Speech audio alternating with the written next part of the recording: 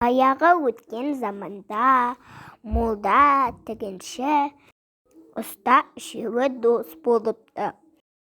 Содан үшеуі жолдас болып келе жатып, баратын жерлеріне жете алмастан, түн болып кеткен соң бір жерге қона кетіпті. Артып келе жатқан бір нәрселері бар екен. Үшеуі де ұйықтап кетсе, біреу әкетіп қалады деп, кезекпен қараулы болмақшы болыпты. Ең алдымен ұстаны қараулы қойыпты. Ұста жалғыз өзі зерігіп, ұйқысы келген соң бір үлкен ағашты кесіп алып, адамның дене мүсінін айнытпай шығарып жасапты. Сосын ол тігіншіні оятып, өзі ұйқыға кірісіпті. Тігінші ағаштан істеген адамды көріп, менің де өнерім бұдан кем бе?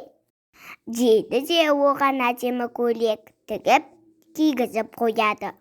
Ағашта тек жан жоқ болғаны болмаса, адамнан айнымай қалыпты. Тігінші молданы оятып, өзі ұйқыға кіріседі. Молда әлгі ағаш адамды көріп таң қалады.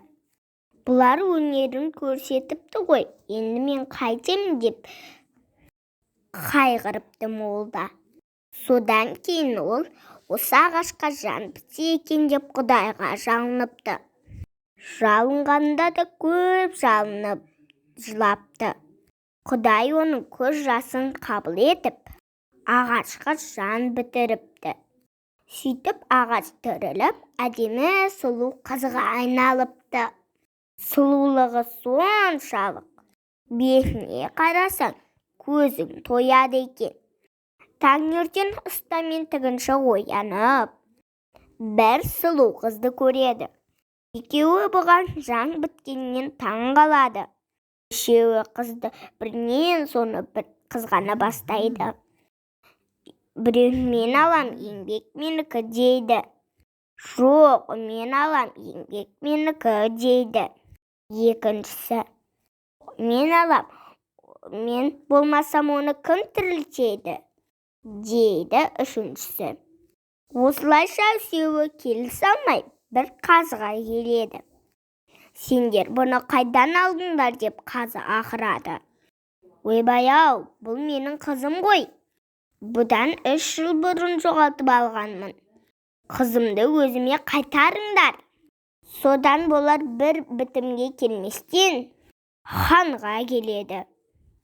Хан болса, мынау менің баламның қалыңдығы, бұдан 5 жыл бұрын жоғалып кеткен.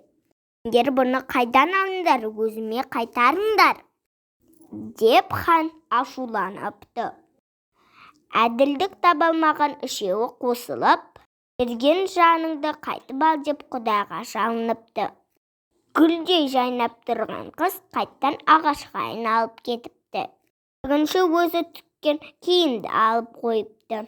Мә балаңның қалыңдығын ала бер деп, әлгі тұрған ағашты ханға қарай лақтырып жіберіпті. Таласқанға тас та жоқ, осылайша менің ертегім аяқталды. Сау болыңдар достар.